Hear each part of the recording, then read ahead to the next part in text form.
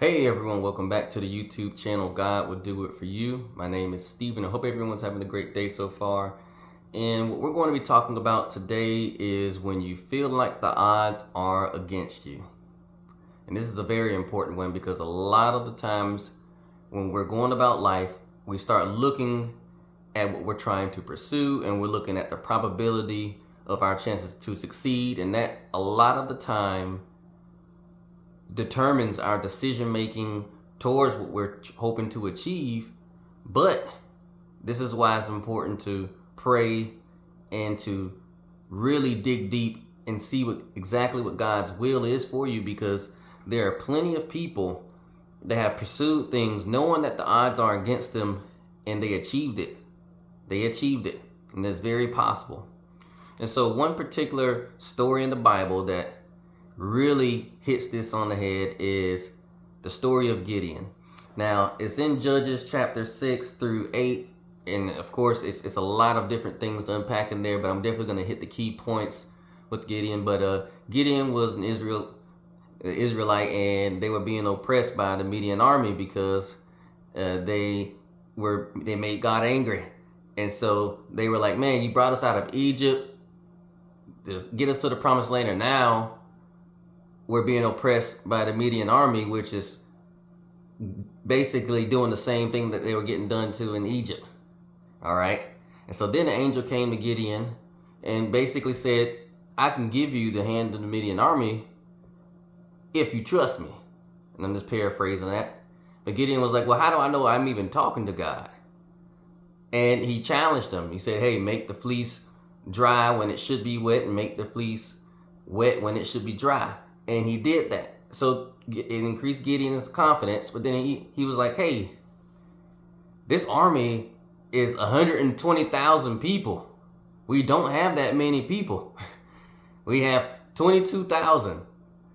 What are we going to do?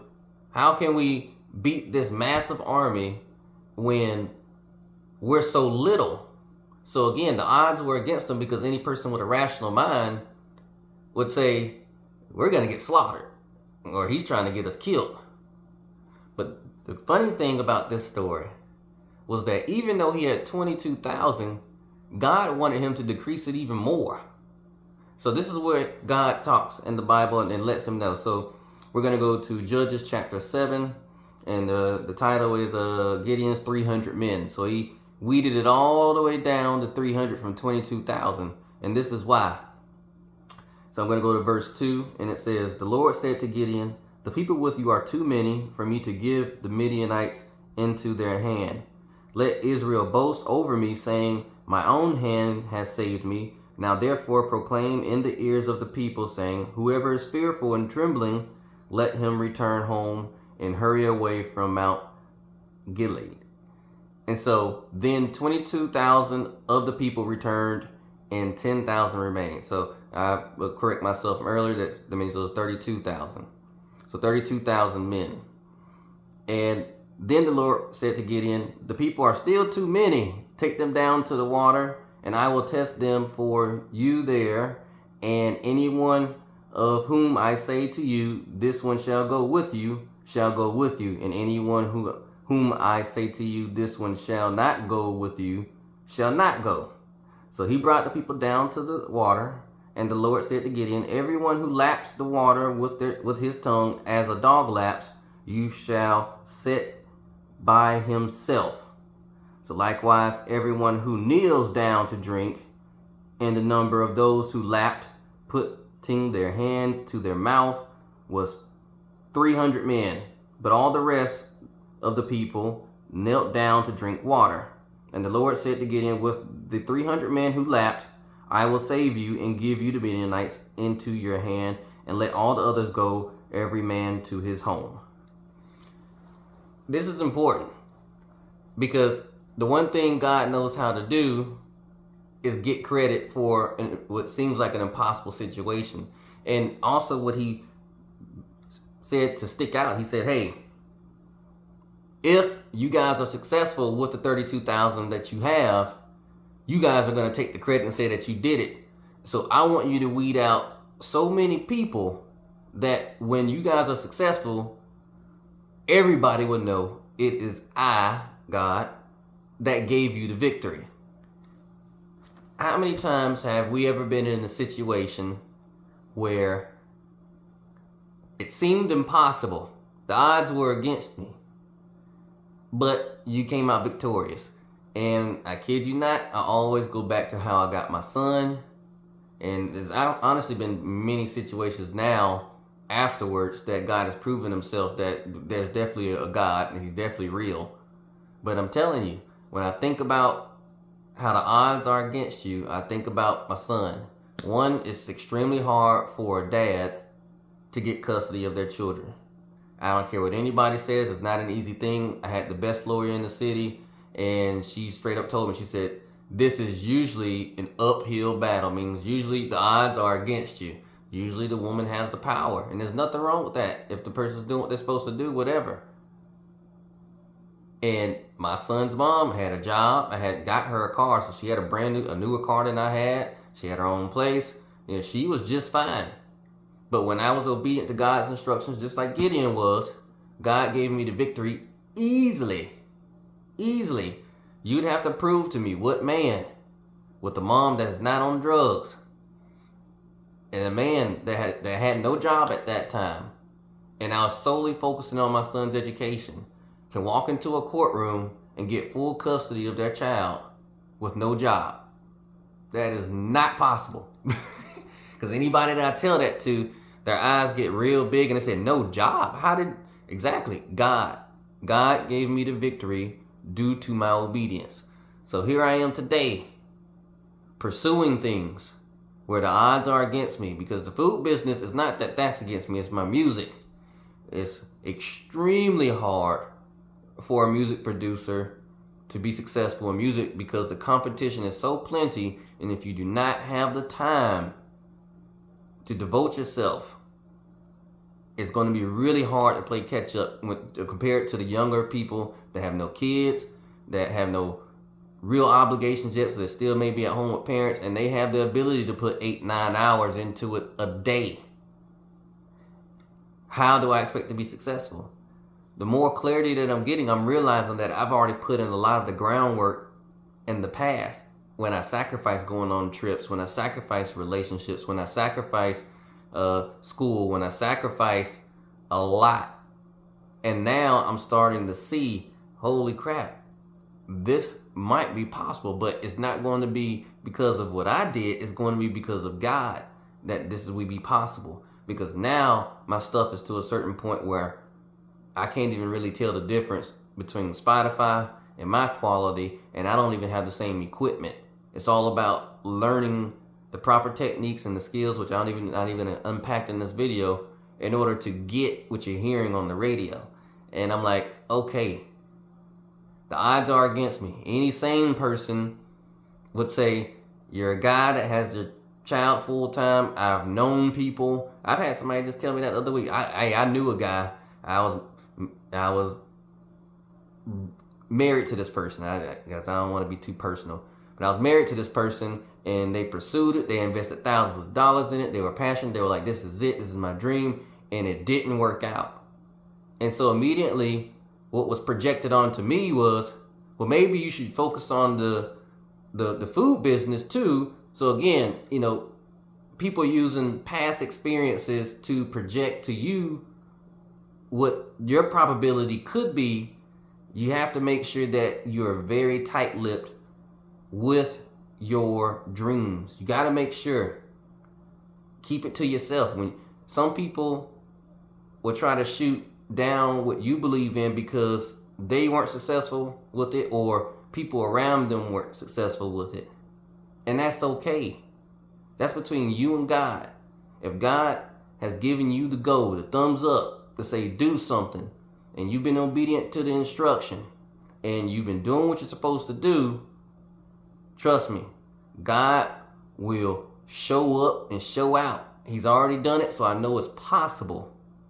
And hey, I'm not the one that's going to say, hey, I can guarantee that this is going to work. But what I can say is that I've definitely put in the work. So I'm looking forward to seeing exactly what happens. So if you're a person and you feel like the odds are against you for what you're trying to pursue, but you feel like you're on the cusp of something really great happening, and you're like, you know what, I've put in the work, I've devoted myself, I've tried, I've done what I'm supposed to do. At this point, you are leaning solely on God for your victory. Trust me, NFL players, basketball players, anybody in a professional sport, there is no guarantee that they're going to get in the NFL. They have to try. They have to put in the work. They have to go to the boot camps. They have to do the necessary hard work, make the necessary sacrifices, stay devoted, stay intentional towards what they truly believe, their passion, their dream. And those that stay the course, when those people that tried and then they fade away and you're still trying and then you're still not seeing any results, and you're like, you know what, okay, I'm gonna still try, still no results. And then one day, after the test of time comes and you've put in the work, I'm telling you, when I look at people's success, when it's their time, it's hockey puck elevation. It's like they get catapulted, catapulted into their destiny. It can happen for you. It can happen for me. I believe it. I would have never thought that I could be a black man with full custody of their child. People did not believe it was possible, because when I pursued it, they were like, you're stupid. I mean, this is word for word. People were like, you're stupid. Everybody knows men don't get custody of their children unless there's something significantly wrong with the mom. And even then, they could tell the mom to get help, counseling, things of that nature, and they would still get custody back. And it's sad that people think in that defeated mentality. And for me, what shifted my mindset to believe that it was even possible was God's word. I said, how can we serve a God that does amazing things for people in impossible situations? Why can't he do it for me? That was the only thing that gave me the courage to say it's possible, that I'm willing to sacrifice everything for a chance. And he gave me the victory. Gave me the victory. And so now I'm having that same hope, that same faith, that same belief that, God, I've sacrificed so much, but I've put in the work. It's not like I'm sacrificing and I'm not getting better. My stuff sounds good. I just haven't put it out for the world to hear it yet. But I'm like, I've put in the work. I've sacrificed. My son's good. You see, I'm doing everything that I can.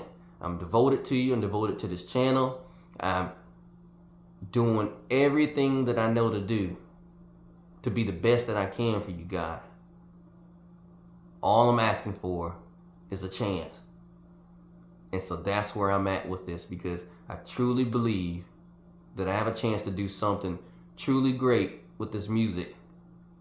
And the odds will be against me. And when people find out, if God gives me the victory, people will know without a shadow of a doubt it was nothing but God. Because they're going to say, how was it even possible that you have to work, you have to take care of your kid, you got to take care of the household, things like that? How did you have the time? And that's where God's going to, I'm like, hey, you got to, hey, I give it all to God. I can't explain it. I'm just thankful. I'm speaking it into existence now because I have confidence that something truly good is going to come from the effort that I'm putting in. It's the same thing with my food business.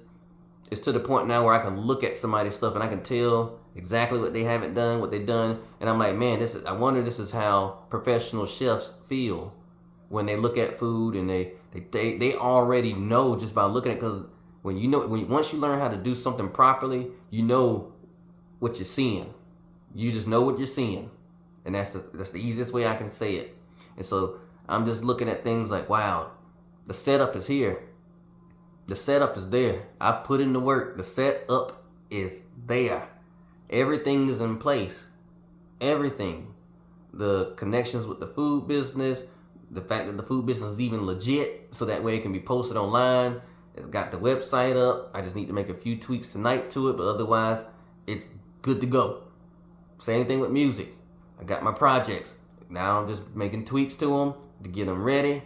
And then when God says it's go time, I'm going. I'm just going to push. And I'm going to push so hard because my son is looking at me. Every day he's looking, and I'm telling him the same thing. Hey man, no matter what you do, always give 110% in it. Even if it's not what you want to do, give your best, because you will carry that same attitude and that same effort into everything that you do. And you never know, when you put that effort into the right thing, what will truly happen for you in your life. I'm telling you. People are like, food's not even your dream. Why are you trying so hard? I say, I try hard with everything that I do. I give it my best. That's just who I am. That's just what I do. I've made that conscious choice to say, you know what? I'm going to give everything my best.